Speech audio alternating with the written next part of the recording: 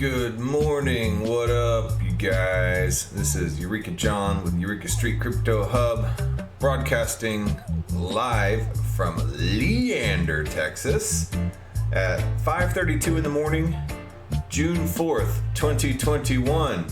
And I am not in Miami.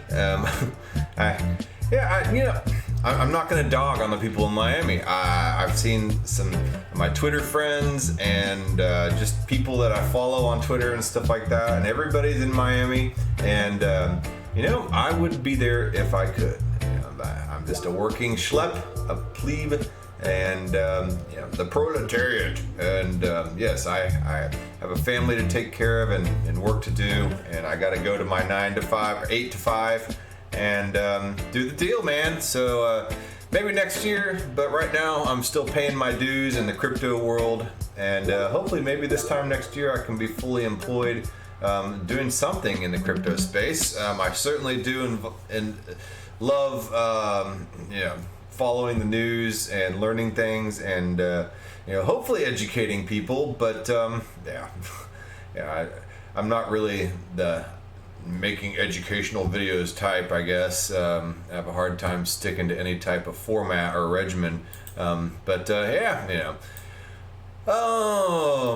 is my personal video blog, and that's all it is, nothing more. And it is just me talking about my journey through this crypto space and trying to navigate all this stuff and learn about all this new technology. I believe we are at the forefront of a completely new paradigm shift in the way technology is done and information systems.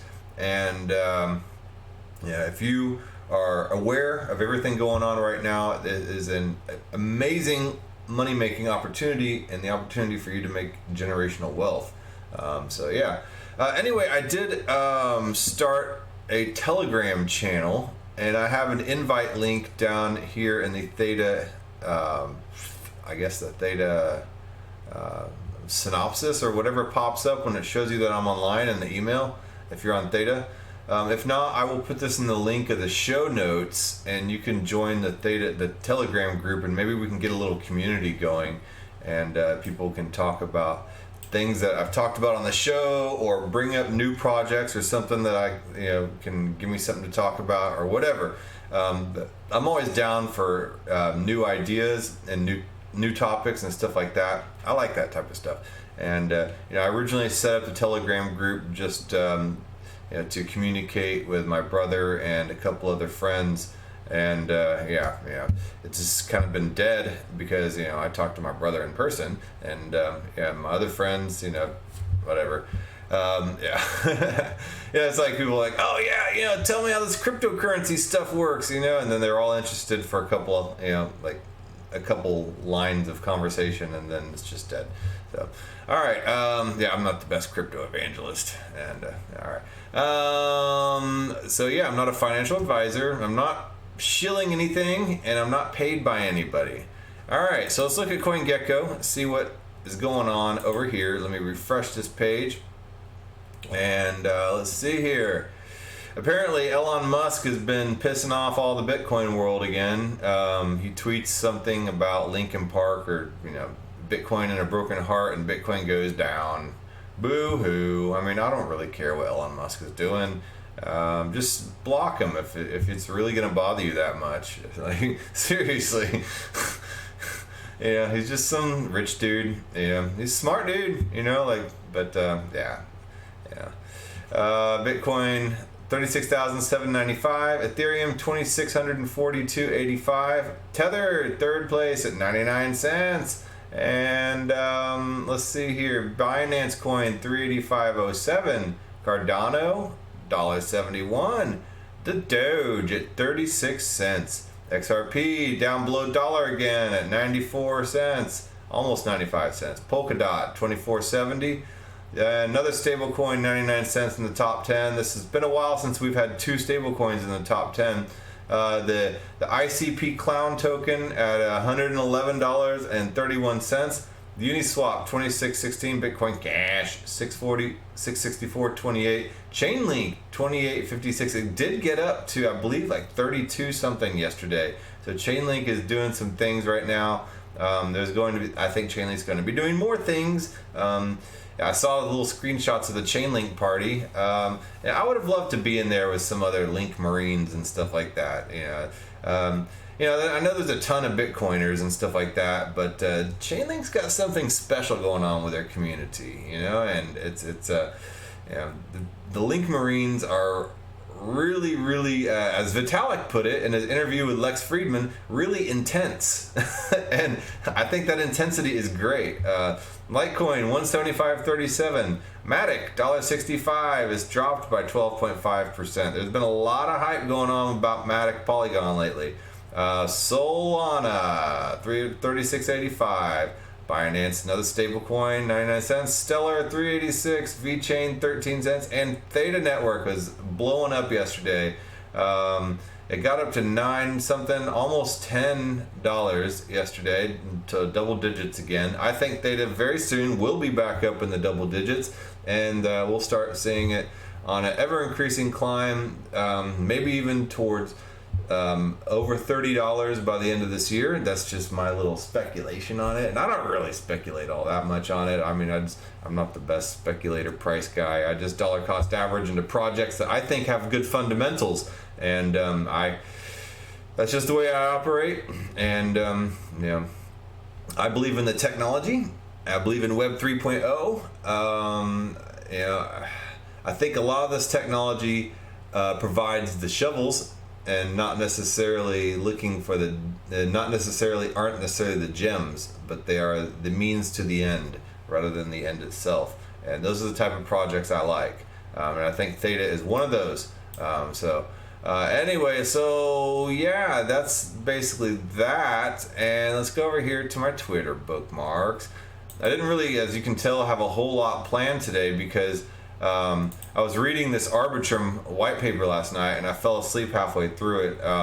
Nothing makes you fall asleep faster than a white paper. However, as far as white papers are concerned, this is a good white paper. I mean, it's in plain language. Arbitrum is kind of one of those technologies that is, for a new person, you're like, what in the heck is that? But it's basically layer 2 solutions. And if you don't know what I mean by layer 2, Ethereum is a layer 1 solution.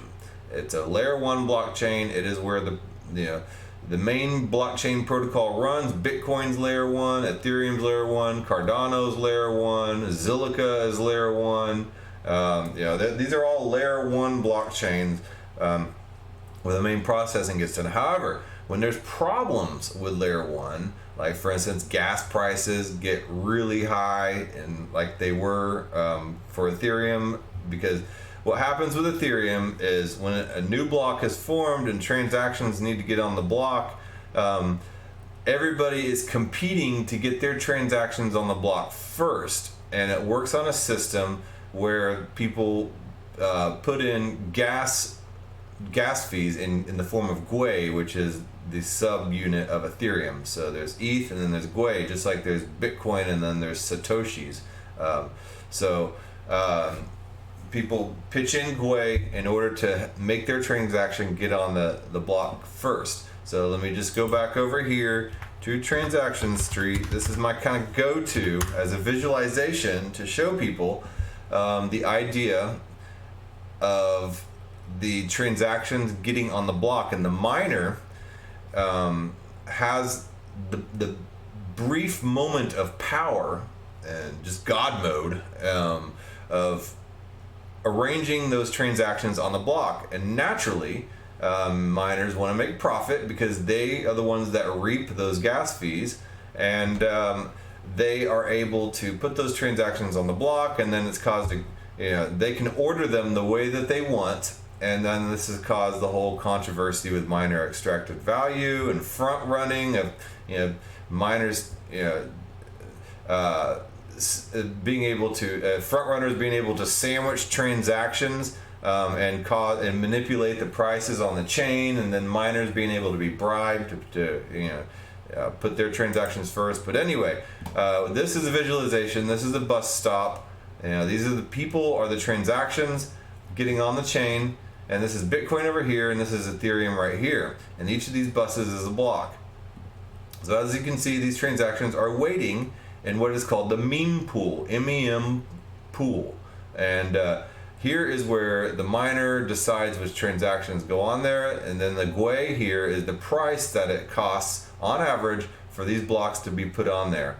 And 16 GUIs right here. It's actually really low. These are ordered on there. This is the meme pool for Bitcoin over here. It costs 41 Satoshis to get on that block. And for this one down here is 18 Satoshis. So as you can see, whenever you're in Metamask, for instance, and you're doing a transaction, it gives you alternatives, fast, medium, and slow. And you can choose your price. And then it also gives you advanced settings where you can go in there and manually adjust how much you want to pay. Now, if you pay too little and you don't pay what is necessary, then your transaction fails, and you keep your whatever you're trying to transact, but you lose the gas cost. And if you are betting on a large gas fee, and that transaction fails, you could lose a significant amount. And lately, with the price that gas fees have been, and people have been trying to compete pretty bad to get their transactions through, that can add up. Be careful about that. But with EIP 1559 rolling out, that will change the format of that, and you will no longer have to compete for gas fees, which is going to be really interesting. So they're going to have to change their layout in Metamask. If you aren't familiar with Metamask, here, let me pull this over here and get it pulled up for you so you can see. Alright, so Metamask is right here. Hold on, let me put in my password.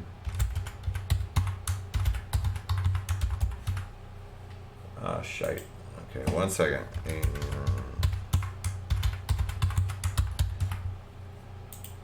Alright, so let me get my Metamask pulled up so you can see some Metamask action go on. And I will add a custom token too, because I know I've talked about Metamask and I've shown you guys a couple things in here.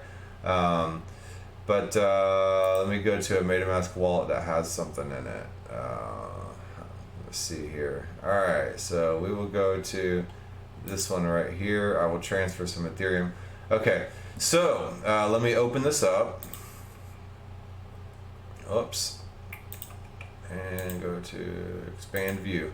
Okay, so here's a Metamask wallet. I have like 10 Metamask wallets, so you're not really going to see any type of private information. Okay.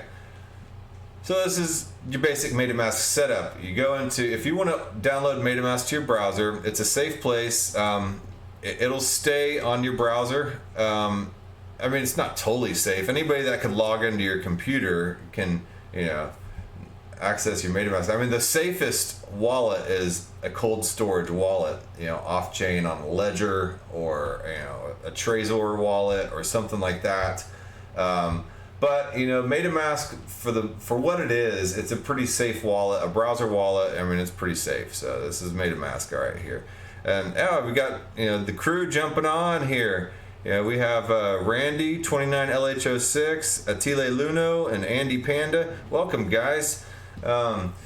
This is basically a browser wallet. And if you want to download Metamask, go to metamask.io right here, and you can download it for your phone or for your desktop or laptop or whatever. And it's real easy to download. It's real easy to set up a wallet and to set up a new wallet, and it gives you, do you want to import a wallet or set up a seed phrase? You want to set up a seed phrase and you want to immediately copy down that seed phrase on a piece of paper. All right. So what I was talking about these gas fees. Okay, so send right here, and then let's say I want to transfer between accounts. Let's load. I'll transfer some over to this account right here, 6407. If I didn't have this address, I would have to go into another Ethereum account, and it gives me the option right here to go here, and I can I don't have that 6407 loaded in there. Let's say I want to go to this one right here, and hold on, cancel.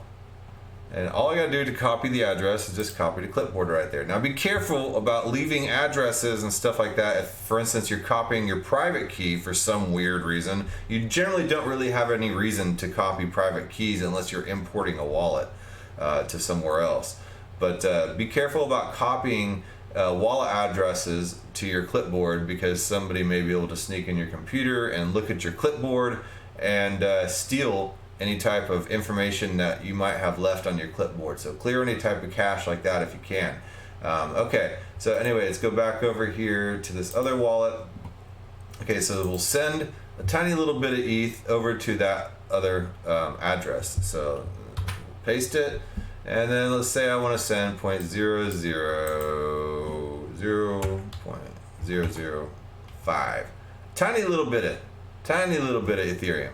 Okay, so you're given slow, average, and fast.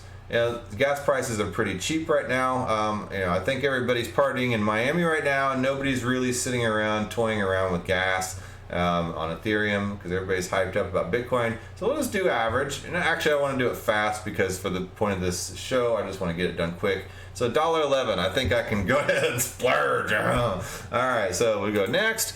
Ta-da, and then bam, the transaction, and so here's, you know, I'm sending $14.29, and $1.11 of that is gas fees, and I'm sending it over to this other Metamask wallet that I have, and it'll be done here in a second. You know, it just depends on traffic, and obviously traffic does not seem too low. Okay, so now that we've gotten that done, all right, so let's say we want to add a new token to Ethereum. Okay, first of all, you can create an account or you can import an account. If you import an account, and I had this question for a while and I could never, I just kind of had to go out on a limb. If you get your private key, and you can import any type of wallet, like, you know, Atomic wallet or any type of Ethereum wallet, Atomic wallet. You can, you know, enter even a Binance Smart Chain wallet. You could enter, you know, an Engine wallet. Trust wallet, as long as it's an Ethereum wallet, and you paste your private key there, you go to your other wallet and you get that, or there's a JSON file, it's a little more advanced, but then you would import that, and when you import it here, you're not overriding the current wallet. All it will do is it will just add to this list here, and that's it. Because I was worried about that when I first started using Metamask. I'm like, well, if I import this wallet, will it completely override and delete, you know, everything that I have in there?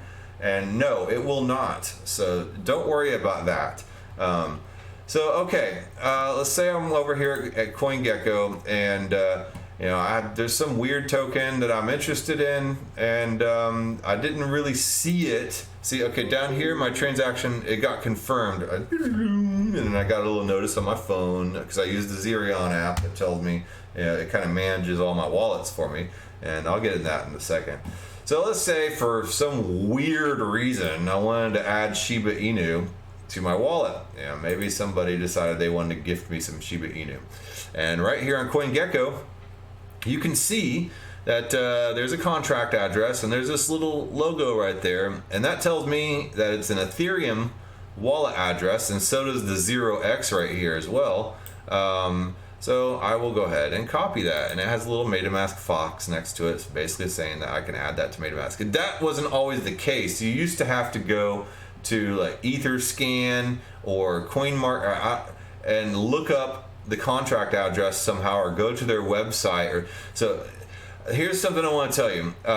Sometimes you'll see people promoting these weird coins and stuff like that, and you'll go to the coin's website, the project's website, and you know, they'll say, you know, here's our token address. We're not really listed on any major exchanges yet, you know, and all that stuff. You know, and everything looks good, and you're like, yeah, maybe I will, you know, throw 25 or 50 bucks at this project, and you know, and then so you go into the token address, and you end up bringing it to, I mean, just be careful about importing random token addresses to your wallet, and you know, putting funds in there.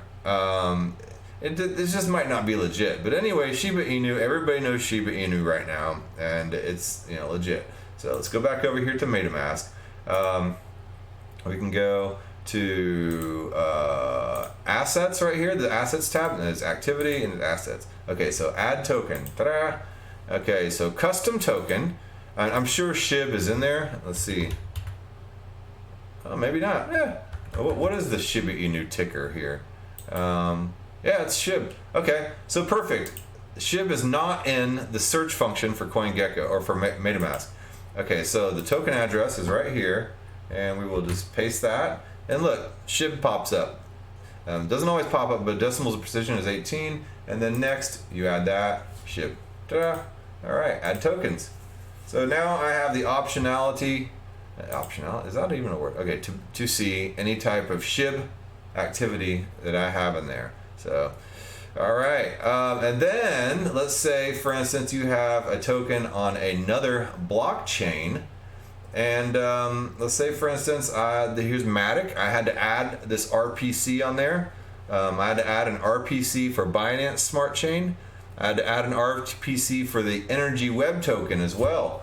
And I know Matic and Polygon right now are all the hype, these layer 2 solutions. And I explained layer 1 is where a lot of traffic and congestion and high gas fees can occur right now. And so scalability and fees and everything like that have been an issue. So now they have come out with a lot of layer 2 solutions. And layer 2 solutions are Matic, Polygon, they are Loopring, they are what's called Optimism. And then there's Arbitrum. Right now, these are 4 examples of layer 2 solutions. And what they do is they take some of that processing and some of those transaction protocols and things like that, and they move it off chain, and they move it to a layer 2 to where it can be done really, really, really fast. And then a lot of them work differently. Like Arbitrum will basically sign back hashes on the main blockchain as kind of, I guess, notarizations or signatures or confirmations that transactions have been done, and noting the state of the blockchain for accuracy, where Matic is done on a whole separate chain and everything's done over there. And then when you're ready to move everything from Matic or parts of things back from Matic over to the Ethereum blockchain, to exit the Matic blockchain, you have to do one large bridge transaction to get it back and forth. Now that's been kind of my point of contention during all these high gas fees, is Matic and Loopring. They're both amazing to use once you're on those platforms, but the process of getting on those platforms, and if gas fees are high, can be a pretty hefty gas fee in itself. So you gotta have a fairly large amount that you're working with and bringing onto the Loopring or Matic platforms in order to get on the Matic and Loopring platforms and effectively play around. So I am not a baller, so I didn't really have a whole lot to put on there. But I did get on Loopring, and I've gotten on Matic, and I have played around and done a little bit of trading, but I'm not really a trader. So layer 2 solutions aren't really that much of a huge benefit for me. But okay, say that I have this Energy Web token or the Matic token, all right? So the best way to do that, like for instance, let's say, let's see here, Matic RPC to Metamask. All you got to do is Google something like that, or Energy Web EWT RPC to Metamask. This is how you can make your Metamask work with other blockchains. So as you can see, I'm using pre-search for my search engine. It's a decentralized search engine, and it's pretty private. Okay, setting up Metamask for Polygon, Matic network. And so this is how you can start to enter the Matic space, because I know that there's a lot of stuff going on with Matic, and a lot of different protocols and projects are moving to Matic to use instead of using Ethereum, because it allows the speed and scalability. Matic Polygon is a protocol and framework for building and connecting Ethereum compatible blockchain networks. Now when I say Matic and Polygon, I'm talking about the same thing. Polygon used to be called Matic, and for some reason they changed it over to Polygon. I'm not sure why, about the branding change, but they just did that. But the token ticker is still called Matic. So now we'll go ahead and follow staking bits. Okay, so there are a couple useful features such as ETH compatibility, scalability, and modularity, allowing zero gas transactions. That's what Matic does, so you won't have to worry about gas. So first of all, you have to install the Metamask extension from the store, which I showed you. Create a Metamask wallet or import one, and I've showed you that. Click import wallet if you have an existing wallet, set your password and the recovery phrase. All right, scroll down and find custom RPC. Enter the Matic mainnet settings as follows. So network name, here's where you just basically have to highlight and cut and copy and paste. So, Control C or this one and highlight, Control C, copy that. And then there's the chain ID. So you leave this on here and you can take a look and you go into here and you'll bring in custom RPC. I already have this, but so we'll just call it Matic Money. Matic Money. All right, so bam, invalid, maybe there's a space in there. URL, okay, so I already have my Matic wallet set up, but if I didn't, it wouldn't say URL is already present in existing list of network. And then the chain ID 137, because that's what they said right there, 137. And then currency symbols, Matic, and then the block explorer. Basically, that block explorer right here is just like any block explorer. All blockchains have or should have a block explorer if it's a legitimate block explorer. So let's take a quick look at this block explorer. Okay, so it's taking me to maticvigil.com. Come on, it's redirecting me. I think it's this BitTube extension that I have going up here. Okay, so, all right, so here's Matic's Blockchain Explorer. And yeah, that's a pretty explorer, pretty. And it just shows you all the transactions that have happened. And so there are people that have absolutely zero life and can sit around like Tank in the Matrix and have like 10 different blockchain explorers up on their screens, or they have built bots to filter out blockchain transactions that are really large, and they look out for whale movements. Now, if you don't know what a whale is, think of the visualization of a huge whale in a swimming pool. And that whale creates a huge splash every time it moves around. And these are people with lots of money that are moving around prices, and people want to watch those whales because it can affect the market and the value of certain projects or tokens. So that if they see a whale moving out of Matic, they know that there might be some major price action or even some minor price action happening, or some whales moving into Matic. But this will show up on the Blockchain Explorer. And then also you can go in here and you can look at your transaction and you can make, what's going on with my transaction? Why is that? I need to speak to the manager. Yeah. And then so they can go in here and then they can look at their particular transaction and token transfers, token internal transactions, coin balance history, or you can look up a certain wallet. For instance, I could look up my wallet address. And so once all this stuff is in here, I would put save, and then I'm good to go on the Matic network. Okay, so let's pull this up and let's go take a look at my Matic network. I don't think I really have anything on that. Okay, so I don't have anything on this wallet on the Matic network. I know I do on another wallet. Let's go to another wallet. Let me see here. Do I have any other accounts with Matic? Oh yeah, I got this one here. I have 0.0094 Matic on this wallet. Okay, so let's go in here and I will copy this address. I did have some W Ethereum and I had some USDC. This is when I was screwing around with QuickSwap and Matic and kind of learning all that. So let's go over here to the Matic Explorer and let's go back to the main blocks. No, let's go to accounts. Okay, search by address. Okay, that's what I'll do. Sorry. I gotta wait for it. Okay, so I will go right here. I will search my wallet address and I will take a look and let's see what has happened with my wallet address. So this is how people go in and they look up like Mark Cuban's, Ethereum wallet address, and they get to speculate on what Mark Cuban might have. Like, oh wow, Mark Cuban has the SHIB token. Oh, it's gonna go to the moon. No. But this is where people get these weird ideas that you see on Twitter and stuff like that, because they find out somebody's Ethereum address, and then they'll go in and then look up that Ethereum address on Etherscan or Matic or whatever. And then so here is everything that my wallet has done on the Matic address. Anybody can see that. Let's go over here to Etherscan,